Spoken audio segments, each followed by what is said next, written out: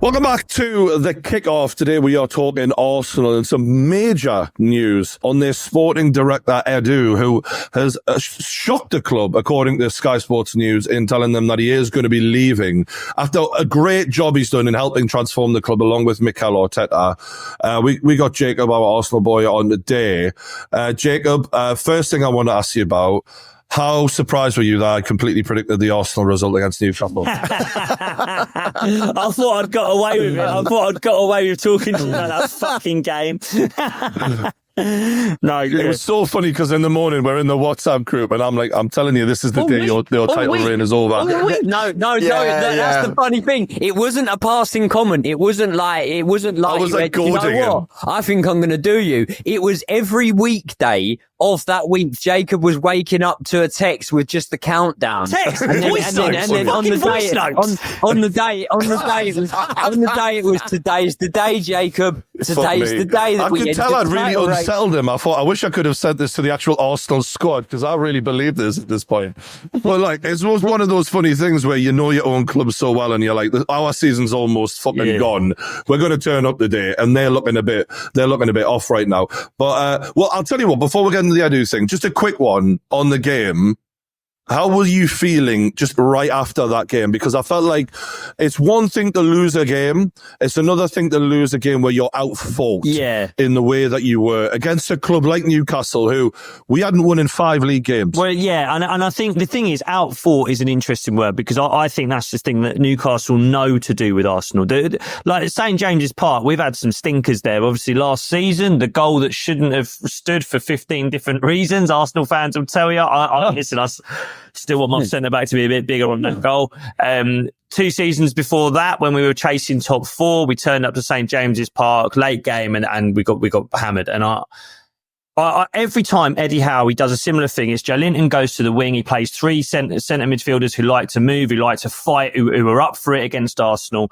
And you know, to sort of bend this towards the news we've had today, I think what we've seen from Arteta over the last few months, over the last year or so, he has really lent into his David Moyes side. He's moved away from his Guardiola instincts and he's said, I'm up for fights. I want duel winners. Remember the clip from the documentary? When I lose a duel, I'm upset. And what does he do? He buys Kai Havertz to win duels up top. He buys Declan Rice into our midfield. We move away from a skillful pass through the ball in Thomas Partey. We have Declan Rice in our single pivot. Fine. This summer, we needed a midfielder. What do we lose Vieira. We lose Smith Rowe. We lose attacking players. What do we buy? Mikel Merino. It's another duel winner. It's another guy who wants to win headers. He's like big, strong players now, yeah. So we turn up at St. James's Park going, all right, you want to fight? Let's have a fight. I'm telling you now, it's fucking stupid. The one time we've won at St. James's Park, 18 months ago, April 24th, 2023, we won that game, St. James's Park. Do you know who was man of the match? Jorginho. Don't go into a firefight against the hottest team in fucking Europe, the biggest team in Europe, a load of fucking bruisers, and think you can chin them. You can't. To use a boxing analogy, if you go in against the biggest man, move. Use your feet. Be smart. And if you go and try and fight with Newcastle at St. James's Park, they will win. So, and we've got this excuse, oh, well, Ødegaard wasn't there. I'm sorry, bollocks. That's not enough. What about when City play without De Bruyne? What about when Chelsea don't have their attacking midfielders? There's other players there. It's not enough that Ødegaard is the only attacking midfielder in the club. So to get onto the news of Edu leaving, I've got to be honest with you, Brian, after that game on Saturday, the thing that I was saying the most is, what the fuck was that transfer window over the summer? What was that window? I think that's linked to it, isn't it? It's got to be linked. Well, it's got to be. Listen, we'll talk about that because the thing is, I'm not sitting here and saying Edu bought us bad players and now he's leaving. I don't think that's what's happened. If I'm really honest with you, what I think has happened is when Edu first came into his role, just after Raul Sanllehi left after the United days and he brought Arteta in, Edu was technical director and Arteta was head coach. Now things start going well. So what do? They promote Arteta to manager. Then I think you've got a bit of a thing there where you go, who's actually in charge of these signings? Who is actually building this squad? And there's a lot of stuff. If you read The Athletic and papers like that, there's a lot of stuff where people are saying that Arteta, when he wants his man, he gets his man. There was stuff over the summer that there was parts of the Arsenal board who weren't sure about Mikel Merino, who weren't sure about Ricardo Calafiori. But Arteta said, I want my big men. I want my 6'2" players. I want to win some set pieces. So give me my big men.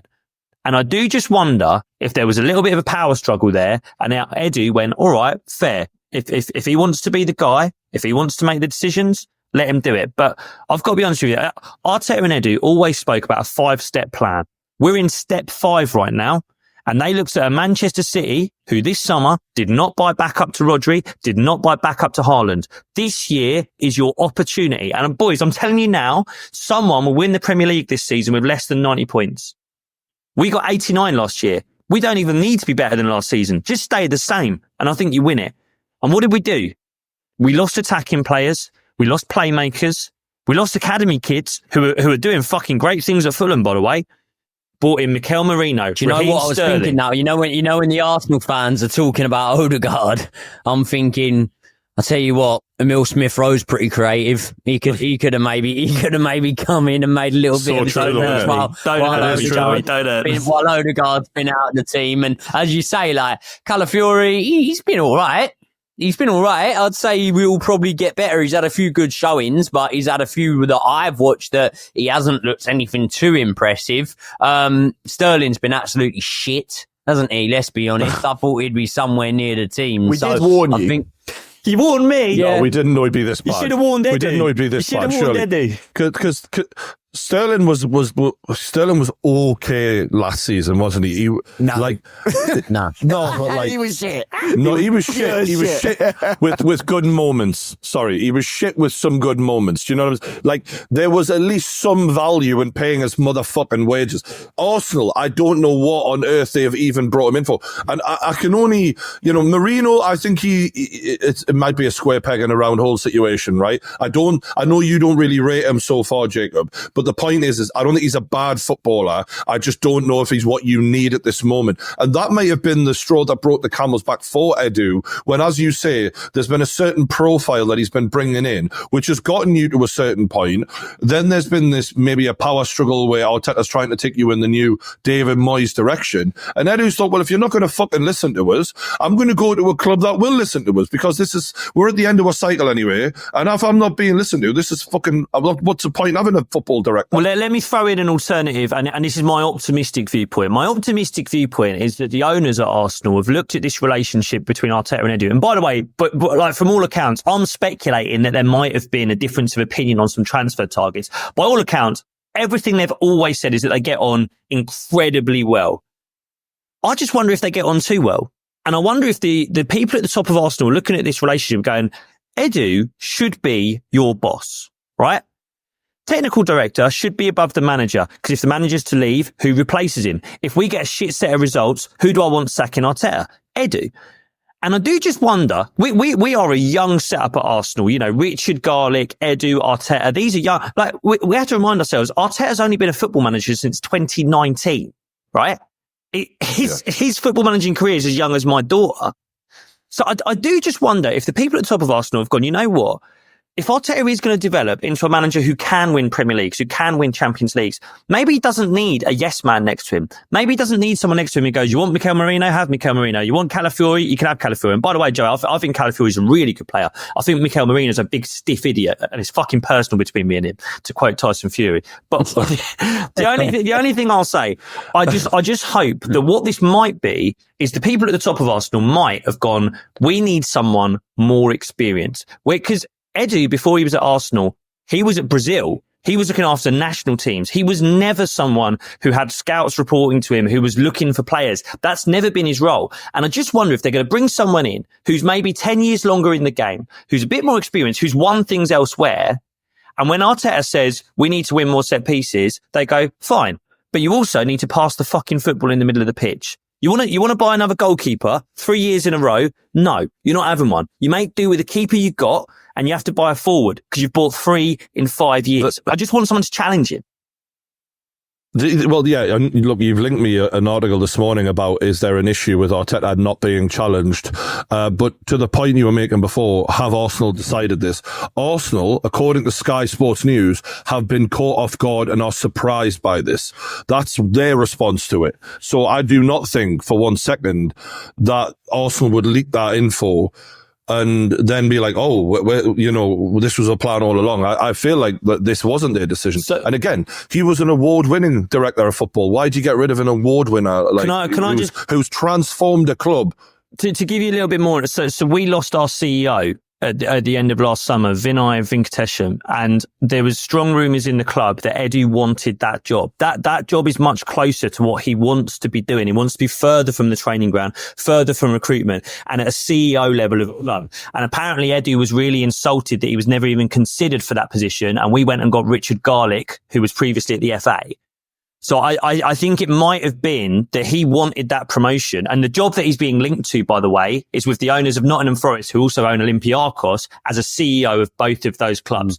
So I think whilst it might have surprised Arsenal that he's leaving this role, I also think that Arsenal might have been aware that if they want to keep Edu, they have to give him a CEO position, and they didn't want to give him that. And they might have already had an eye on someone else to take on this more footballing technical director role who could influence things like recruitment and could influence the manager a bit more, as Edu is obviously looking at a role that's slightly higher than that. Yeah. So it works for everyone. Look, when you look at the job that he's done at Arsenal, if I was an Arsenal fan, I'd be looking at the situation with Arteta right now, where you're going through, like I said on the video the other day, like, success isn't always linear, and sometimes as a football fan, you have to accept your club's going to take one step backward in their pursuit of the title, right? And you just have to stick with them in that moment. But as you're going through that one step backward, to lose one of the key components who's helped build your club into that new success, that would frighten me. That it really would. My first feeling was fear. I'll be honest with you, Brian. My first feeling was fear. You wake up on a Monday morning having just been slapped by Newcastle. And by the way, journalists aren't stupid. They'd have had this information for a week or two, if not longer. And they'd have known the hottest time to drop this is when we're 2 losses down. People are talking about, do they still want Arteta? Are we in the title race? They're not dumb. The only thing I'll say, my initial feeling was fear. I wake up this morning, Edu's going, oh, fucking hell, the wheels are coming off. What is Arsenal? We're going to, And then it definitely feels that way. And then I went back and looked at some transfer windows, and I went, how happy was I with all of that? How happy was I with every player we've brought in? Because I think you can go back through the last few, and there's quite a few transfers where I'm like, was that right? There's a few players, Sambi Lokongas, Fabio Vieiras. Even you go back as far as 3 seasons ago, and we made our big moves on Gabi Jesus, who I think has scored 11 goals since then. On Alexander Zinchenko, who's currently sat behind Miles Lewis-Skelly in the pecking order to play left back for us. I look at the goalkeepers who've come and gone as we've constantly strived to get the right one. It's taken a fucking long time. I look at the fact that we've bought a few forwards in that time. Jesus, Willian, Sterling. How happy am I with all of that? Pepe was under Edu, wasn't he? Pepe was Sanyehi. Can I ask you, Jacob? Do you not think though that if Edu and Arteta theoretically have built this together, right? They've both played a role in it. You then get rid of Edu. You get another another director of football coming in, kind of similar to what happened with Eddie Howe recently at Newcastle.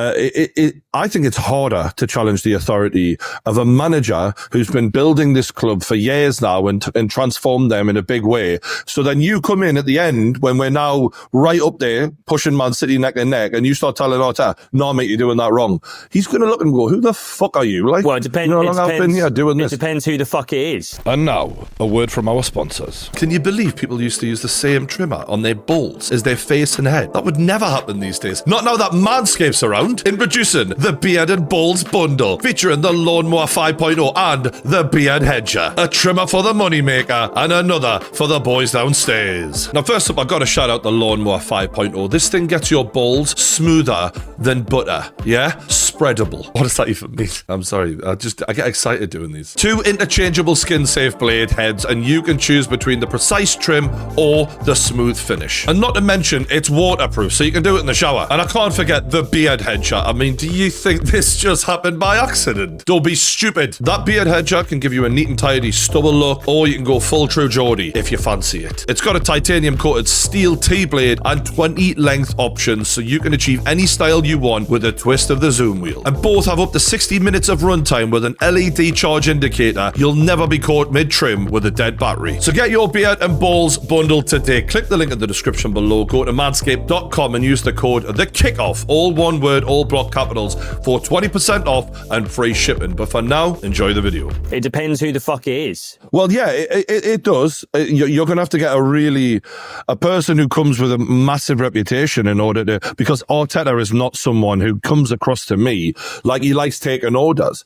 And I think he's clearly is having a major say on transfers. Would you lean towards giving him that final say as opposed to someone else? Well, Arteta? Yeah, moving forward, you bring in a new director of football. Are you going to give Arteta the final say, or would you rather have someone else who is making those decisions for them? Because you've just sat there and said that you're not happy with a lot of what's gone on. You'd think Arteta would have signed off on a lot of that. Oh, he's definitely signed off on a lot of that. He's definitely signed off on an awful lot of that. We know that he was instrumental in Mikel Merino this summer, in Calafiori this summer. We know he was instrumental in Yuri and Timber the summer before that. He really wanted Havertz. He really, really, really wanted Havertz. So where are you on his talent ID and his recruitment? Do you think he needs checked? Everyone needs checked. Everyone makes mistakes, by the way. Pep Guardiola, best manager in the world right now. You can look through some of those Man City transfers and go, what the fuck is a Mateo Nunes? Do you know, every manager needs mistakes. And I think it always works best when you've got a good collaborative process, right? You mentioned Eddie Howe at Newcastle at the moment. That doesn't feel collaborative. That doesn't feel harmonious. And I think definitely not. Mate, I think what you've said there is a really, really good point. This is not an easy boardroom to step into. They can't go for a young guy. They can't go for someone who's building a reputation, because you need to be able to walk in there with medals round your neck, with experience, and to be able to say, listen, Mikel, I respect everything you've done at Arsenal, but you need to listen to me. And the only name that I just think about a little bit, I'm going to try and pronounce it, Shiki Begaristain, the geezer who was at Barcelona with Pep. He just left Man City before he gets arrested. You just wonder, one last dance. One last dance.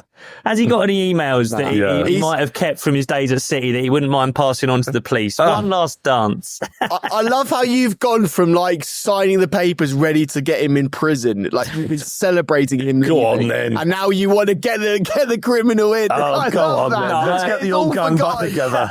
I joke. Listen, I mean, don't get me wrong. If his record's clean and he wants to come, I'd fucking have him in a heartbeat. But I think what I'm saying is it needs to be that level. It needs to be someone who's won stuff. But who is better? Huh? Who's better than Edu right now? Who is the guy that's going to come in and has got the 10 years experience and is not at a club already? Who's ready to go? I can't think of any. You know what? It's fucking hard, man, because I looked at the situation between Newcastle and Man United. They're fighting over Dan Ashworth. Newcastle went and got Smith, who was one of the other highest rated directors of football out there. This whole thing, this new role that, in the last 10 years has become almost essential, pivotal. Yeah. It's very hard to find them because it's quite a fresh role in football, and the best guys are taken, and that's the problem with Arsenal losing Edu. It's not necessarily, the fact that Edu's a quality guy. It's how the fuck do you replace him? Well, yeah, it's going to be really hard. And I'm trying to stay optimistic. I'm trying to see this as an opportunity to recruit someone better. But you're bang on. There is also the massive risk that actually you're losing a key part, someone who was there when we brought Arteta in. Someone who has developed Arteta into the coach he is today, who is still a coach I want, and who I think if he were to leave Arsenal would have a lot of job opportunities on the table for him. There is the chance this goes massively wrong. And there is the chance that we look back in a couple of years and go, actually, that was a big part of what made Arsenal successful. And yeah, I'll be lying if I said I wasn't a bit worried. Well, we'll leave that there. Let us know in the comments below. How will this impact Arsenal Football Club? Hit the like button, subscribe to The Kickoff. We'll catch you on the next one.